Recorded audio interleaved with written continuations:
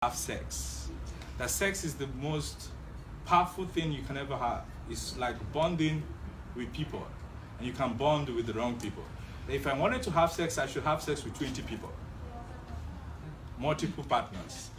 But if you're going to have sex with one person, you must understand the spirituality of this human being. Are there people who are going to take your destiny from you? Are there people who are going to stop you from being successful? Are there people who are going to limit your existence and everything in life? You have to understand it from looking at the people in the eyes. What people think is a joke. So each time I have sex, I will be broke for at least 3 months. I will never achieve anything for 3 months. I'll have miserable life for 3 months. And it continues that way. I don't know if it happens to anybody here, but it happens to me all the time. So I tend to stay away from it. And now it takes us back to the monks in the Catholic Church, to the nuns, because we believe that sex can take away the purity of your spirituality.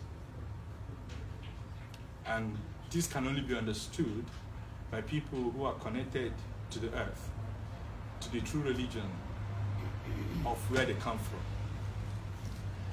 But it's okay if Christians don't believe in it. That is their business. But in Igbo cosmology, we are asked to believe more in what and how we came into existence.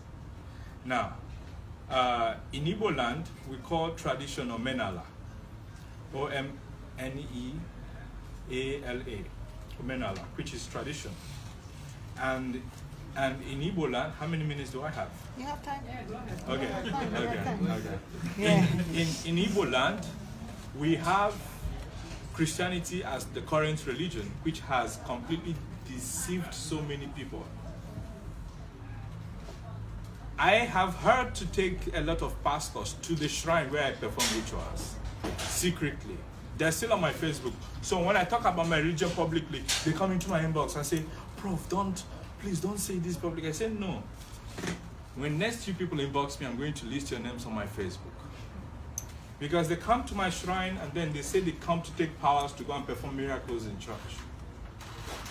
So after church services in the morning, pastors go to the shrines in the evening and night to kill cows, goats, chickens, perform rituals, and go back to the church. And encourage people to disrespect traditional religion. But they come at night and commune with Ezenwine, the chief priestess of the shrine. And I find that very, very, very hypocritical. And I tend to release their names very soon if they do not stop. So now in Nigeria we have a lot of very, very religious people. We don't have spiritual people. We don't have people who ask questions. What they do is they believe what they've been told by the pastors. So they go to church just because everyone else is going to church, and that is okay for them. In Igbo land as well, we believe in the dead. Yeah, we believe in the dead, and I will explain that. In November last year, my father was very, very sick. He has diabetes, and he was having a external wound everywhere, and he was in Nigeria. And I told my brother, who is a pastor, that I wanted to take my father I wanted to bring him to the US. And he said, no, we have to take him to church. I said, no, I'm not taking him to church. And then he said, that money you want to use and send him to America, we can use it and build a house. I said, but who's going to live in the house? The dead, the ghost of my father? No.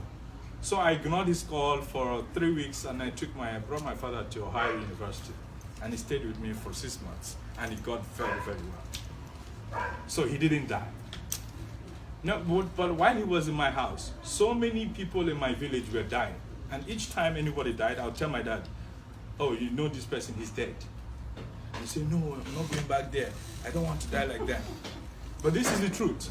Most of the people who died had kids who are very rich. But once they died, their kids were ready to organize huge funerals. They call it befitting funerals in Nigeria. Befitting. So they organize huge